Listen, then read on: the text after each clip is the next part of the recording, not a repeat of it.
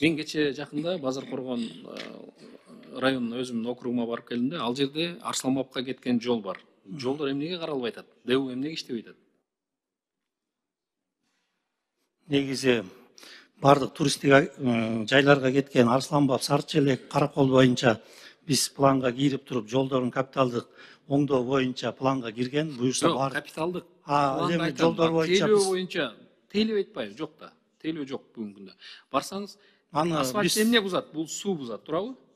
Суу каалагандай каалаган жеринде агып атат.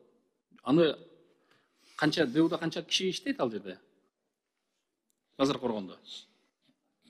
Бир адамды, мына биздин ошол жолчуларыбызды, ошол тоого кеткен, Арсланбапка, Кызылымкүргө кеткен жолдорду, жана ошондой эле Өзбек Каба, Жайтерекке кеткен жолдордун бир жеринде бир иштеп аткан жол кызматкерин көрүшпөйт. Такыр. биз бул боюнча чара колдонолу. Мына мен былтыр министр өзү келбедиптир да, министрге айттым эле. Көктөмдү айылындагы ДУнун имараты бар. Илгери Союз убагында иштеп турган, жакшы иштеп турган.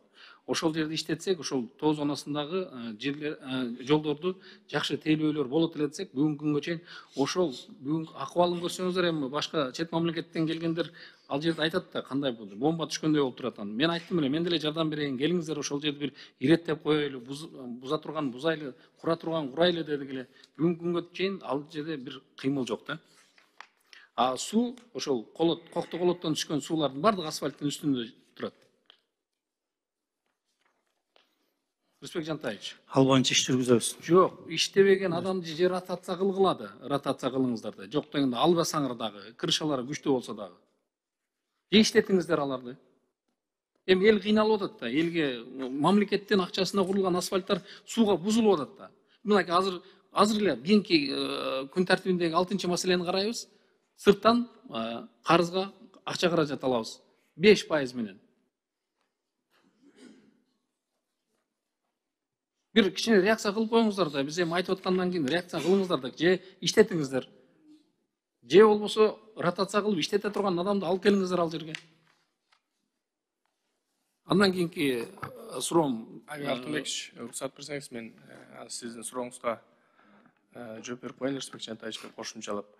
10 күн мурун министр мурун басары мен ошол Арсланбап жолуна барып көрүп келдик, акыбалы менен тааныштык. Чынында баягы туристтик жол болгондуктан көп жерлеринде мындай кемчиликтер бар. Бирок мына былтыркы жылы дагы, мурдагы жылы дагы, быйылкы жылга дагы ошол приоритет кылып карагыла деген бардык туристтик жолдорго. Бул Арсланбап жолуна эле эмес, өкмөттүн министрлер кабинетинин тапшырмасы бар. Ошонун негизинде биз поэтапно иш жүргүзөбүз. Сиз айтып жаткан жанагы обслуживание боюнча дагы маселелер бар. Биз өзүбүздүн тийиштүү тапшырмаларыбызды, сын пикирлерибизди айттык. Азыркы айткан маселе боюнча дагы эске алабыз. Бул боюнча да териштирип тийиштүү чараларды көрөбүз. Жанагы сиз айткан ДРПнын зданиясы чындыгында мына ДУлардагы, ишканалардагы бул зданиялардын ремонттоого буга чейин акча каралбай, көңүл бурулбай келатат. Талантбек мырза, имарат боюнча айтып атасыз. Имаратты жөн эле бузуп коюңуздарчы, мындай адамдын мындай көңүлүн айландырбайчы. Ага акча каражаттын кереги жок. Ошону кылып айтпайсыздар. Мен сүрөткө тартып да алып келип бербедим. Бизге азыр турист деп атасыз, туристтер келет. Анан көрсө эмне дейт ал жерде? Хорошо. Анан техника боюнча айтып калдыңыздар. Техниканы бересиздер ДУларга. 30 күндүн 1 же 2 күнү ушул мамлекеттик жолдорду сүрөт, калган күндөрү жеке жумуштарга акы төлөө боюнча иштейт. Биз көрүп билип жүрүп атпайбызбы? Ошон үчүн техникаңыздар тез эле бузулуп, тез эле жок болуп атпайбы? Эмне үчүн жеке жактардын техникалары 10 жылда бузулбайт, а эмне үчүн мамлекеттин техникалары 3-4 жылда алар бузулуп иштебей калат? Туура маселе, жаңы коюлган техникаларга дагы биз баягы талаптарды коюп атабыз. Негизи бул техникалар жанагы мамлекеттик ишкана Кыргыз Автожолго берилди. Булар хозрасчеттик ишкана болуп эсептелет. Биринчи булардын милдети жолдорду обслуживать этиш. Андан сырткары эгерде мүмкүнчүлүгү болсо, булардын укугу бар жалданып иштегенге. Бирок аларды да контроль кылуу үчүн азыр биз ошо техникалардын баарына GPS-тер орнотулду.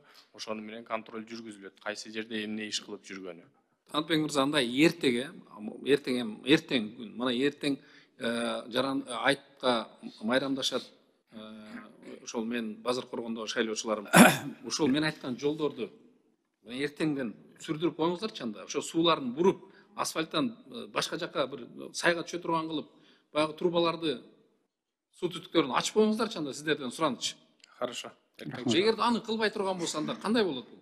Андан кийинки акыркы суроом эми базар коргон жаңы шаарындагы көпүрө боюнча 69 миллион сомго мамлекеттен акча каражат бөлүнүп курулган. Бүгүнкү күнгө чейин эч кимдин балансында эмес. Аны эксплуатацияга берген корутунду дагы жок бүгүнкү күндө. Өткөндө эле Акылбек Сөнбековичке айттым эле, ал боюнча сиздер бүгүн биринчи күнгө сиздер ошонун жообун даярдап келишиңиздер керек болчу. Мен министрге ошол боюнча өзүнө кайрылганмын. Танытбек мырза, качан сиздер ошонун жообун бересиздер? Алтынович, мен көпүрө боюнча маселени тактап туруп сизге эртең жооп берейин. Көпүрө, карасаңыз, көпүрө курулган, турат, көпүрө. Көпүрөнү жаап койгон. Колдонууга берилген жок. Аны бирок Жамшит Калилович убагында аны лента кесип ачылган ал көпүрө. Эгерде бул министрликке бөлүнгөн бюджеттин эсебинен курулган көпүрө болсо, анда биздин бул түздөн түз милдетибиз болуш керек. Мамлекеттик бюджеттин 69 миллион деп айтып атам го, ошо 69 миллион акча каражат каралган. Балким жергиликтүү бюджеттен курулуп да калышы Жок, мамлекеттик. Мен сизге Хорошо, мен эртең жооп берем. тактап айтып атам сизге.